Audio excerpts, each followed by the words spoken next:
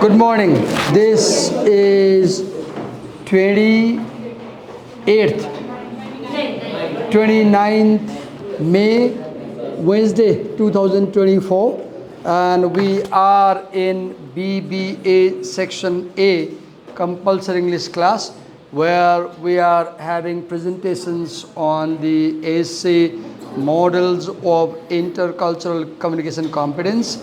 And last time Akriti presented on the individual system, and now we have another presenter who is talking about the episodic system. Please do come.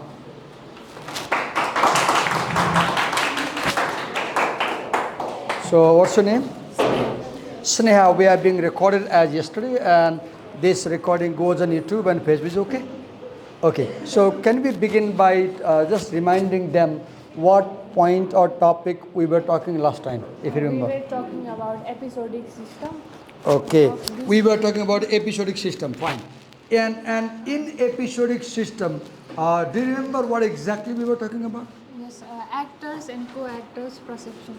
Okay, we were talking about actors and co-actors' perception about each other. And I think we were saying that if an actor is well experienced, confident, doing things finely, then the co-actors have the impression that the actor is much more confident or competent. Go on. Yes. Now move ahead, read the point, explain, and I'll help you to explain it. Go on. In last class, I have talked about this episodic system, and I was in the.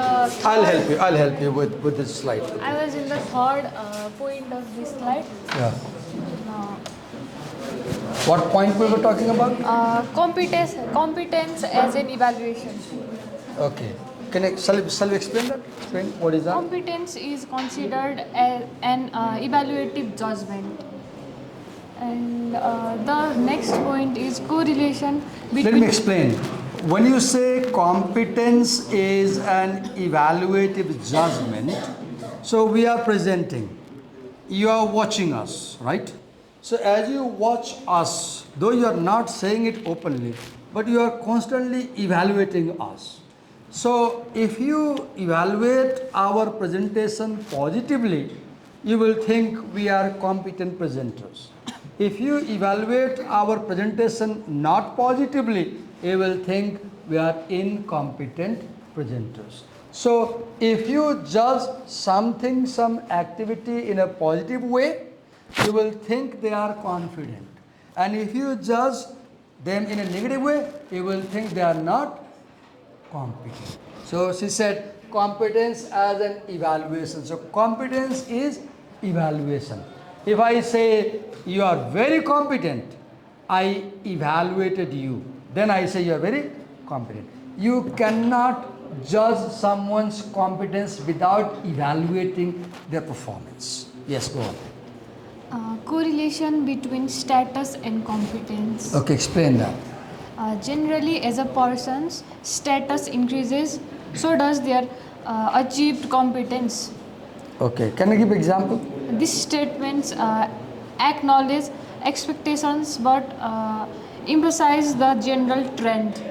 Okay, let me give an example. Right now, we are two people presenting in front of you. She is my student, and then here we have a teacher. Okay, look at us. Look at us. So take it easy. We can say that this gentleman has a higher status than this student, right? She is student, I am a teacher. So you believe that the teacher has a higher status. Now what may happen? Because you think that Divakar sir has a higher status as a teacher. And what's your name? Sneha. Sneha has secondary status as a student. Now you start believing that maybe my explanations, my presentations will be better than her. So what happens? Higher the speaker's status, higher the communicator's status, the perception is he is more competent. And this status can be degree. Just suppose I hold a PhD degree, I don't. If I do hold a PhD degree, you will think I must be more competent. It might be qualification, it might be experience. If I say I have taught 30 years, you will think I should be a competent teacher. So status and competence correlate. Higher the status, better the competence. Yes, go on. Status characteristics relevant to communicative competence. It is useful to examine the specific status characteristics that are particularly pertinent to communicative competence. 56. Yes. Did you say 56? No. Read that point again.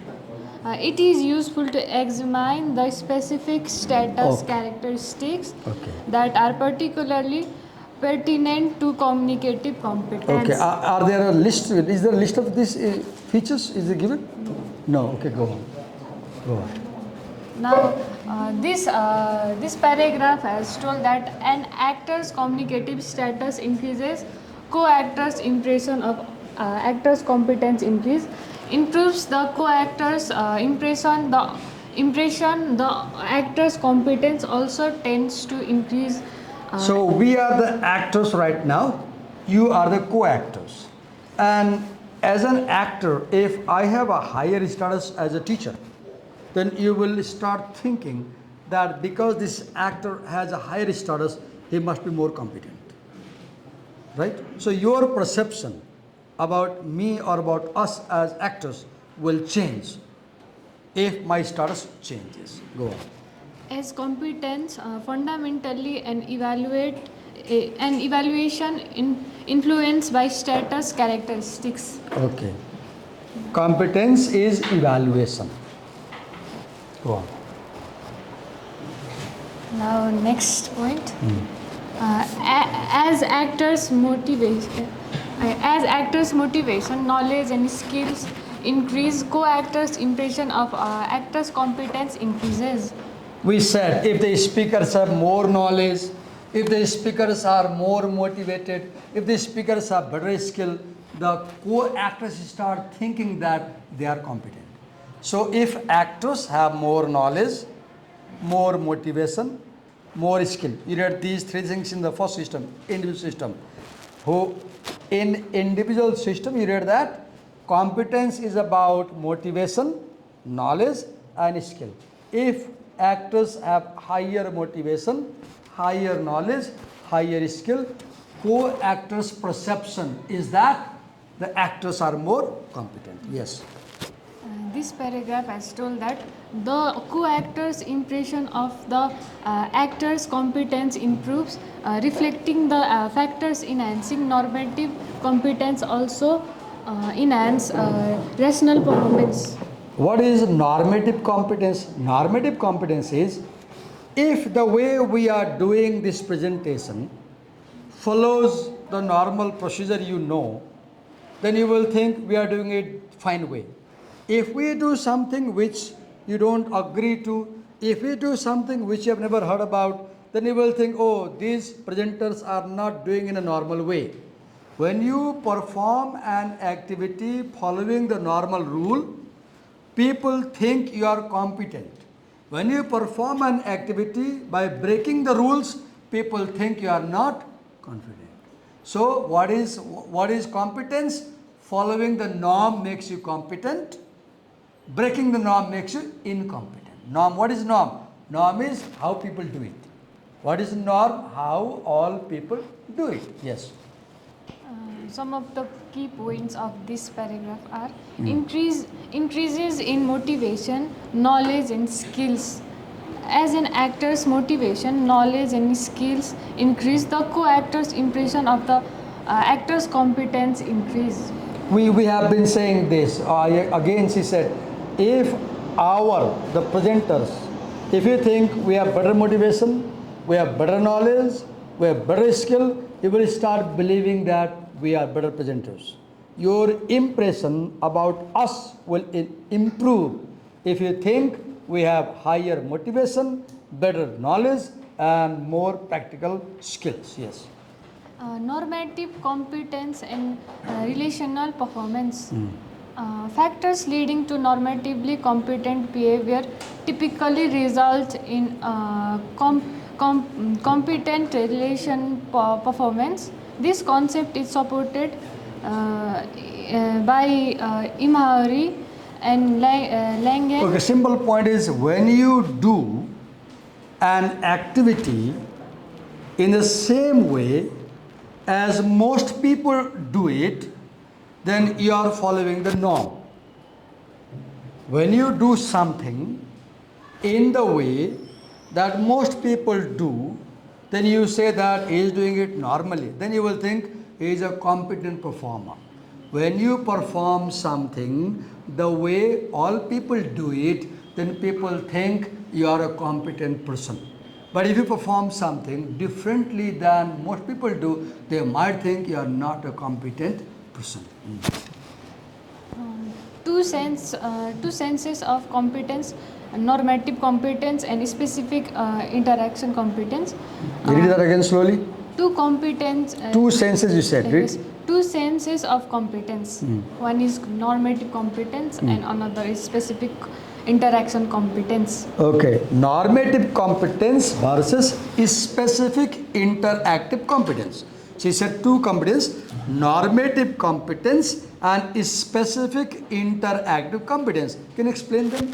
Try. Normative competence means most people's views and behaviors align with norms. So normative competence generally leads to prescribed competence. Okay, she used the word prescribed competence.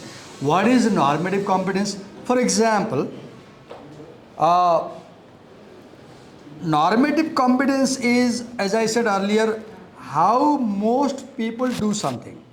So, do you know when you grow in society, you watch other people doing activities. You watch cinema, you watch teleserials, you come to college, you look people how they do. And if you do as they are doing, you have no problem. But if you do other than the way other people do, then there is a problem. What is prescription? Society indirectly tells you what to do, how to do. For example, in this class, I can see almost all the girls have long hair. Right? Now I have a question. What tells you to have a long hair? Boys have short hair, right? So let's ask a question. Why did these girls, none of them, have boys cut hair? One answer might come because these girls, while growing up in family and society, they saw that boys cut their hair and girls don't cut their hair.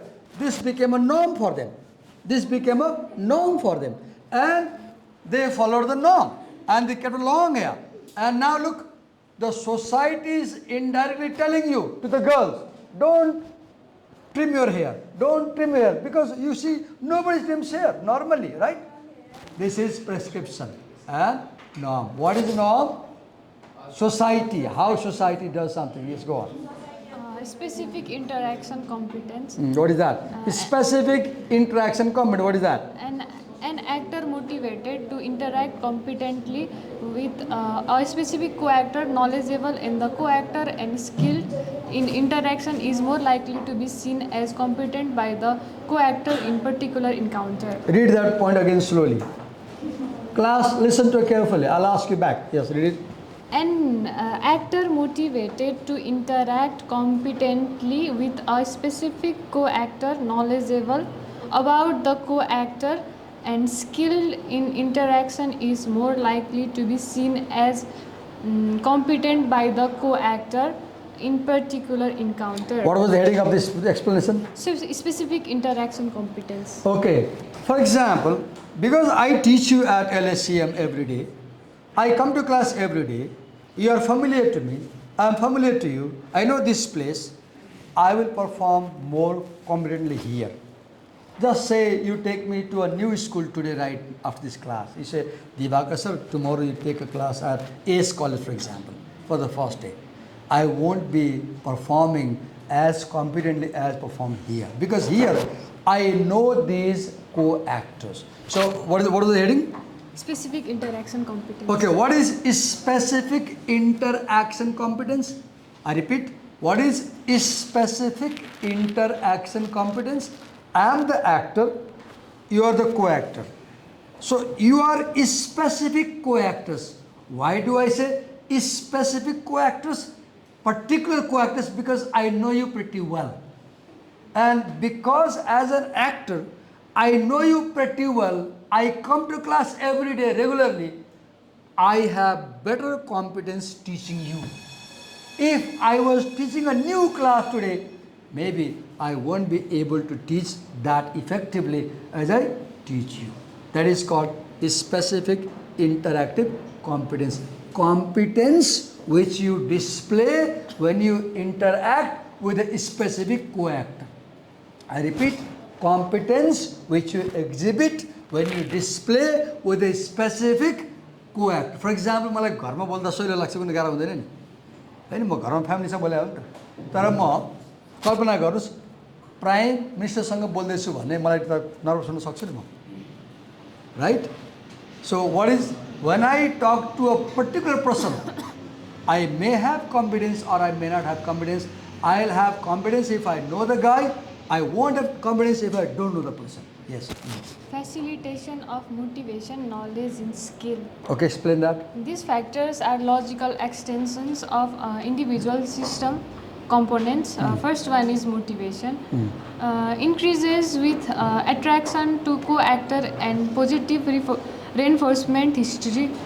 Knowledge increases with the duration of relationship and the depth and breadth of self-disclosure. Let me explain. The more frequently I come to your class, the more I come to your class, the more knowledge I have about you. The more I come to class, the more knowledge you have about me. Right? And when I have more knowledge about you, my competence of teaching you improves. When you frequently have interaction with a person, over time you gain better knowledge about them. And when you gain better knowledge about them, you can have more competent communication with them. Do you agree? When you talk to somebody for the first time, you are less confident. But when you talk to them 10th time, you are more confident. Yes. And last one is skill. Increases with adaptation and refinement over relationships lifetime. Do you know when you are in a relationship with somebody like your family or spouse or even in college, when you spend 6 months, 1 year with somebody, and when you communicate regularly, when you interact regularly, over time you learn, over time you improve, over time your skills develop. Because when you do something regularly, you can do it better. I've been teaching for the last 20, 30 years. I'm not a very good teacher, but definitely I can do better than a new teacher. I might look more confident better than a new teacher. Why? Because I've been teaching classes maybe 1,000 times, right? When you do an activity again and again and again, you learn the skills of doing it. You learn the skills. Remember what happens when we cook for the first time.